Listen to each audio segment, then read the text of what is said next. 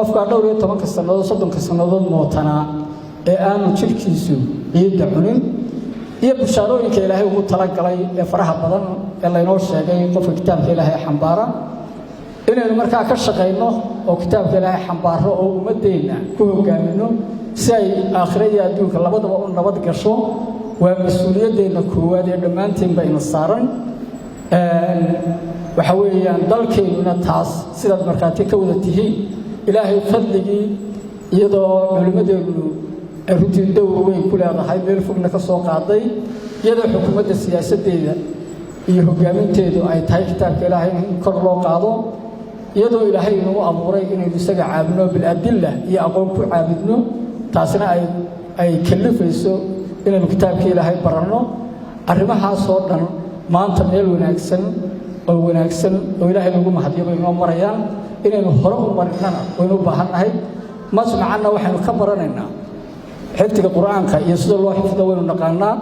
waan ku raacsanahay walaaladay waxa aan ka arkay muddada dheer ee 14 sanadood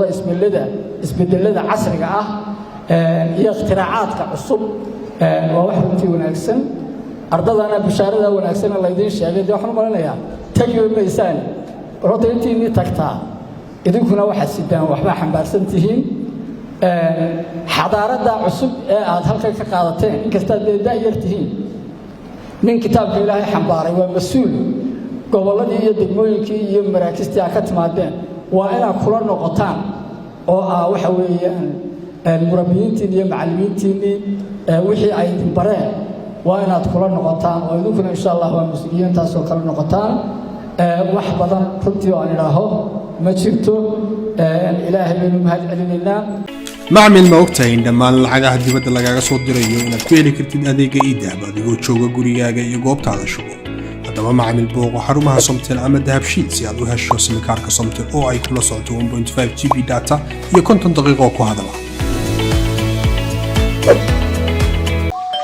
masha Allah soo dhawaada la jaanqaad shirkadda Telesom macmiil waxay ku diyaarisay adeega internetka ay fiber optiga kaasoo xawaarihiisu kala go' lahayn waa guji waa isha biligteeda intuu soo gudlanayo hadalba gam hagarle ku isticmaal social media kuna daawo wararka ciyaaraha iyo online gameska haddaba maxmil soo gasho gurigaaga xafiiskaaga iyo goobtaada shaqo fadlan nagala soo xidhiidh nambarka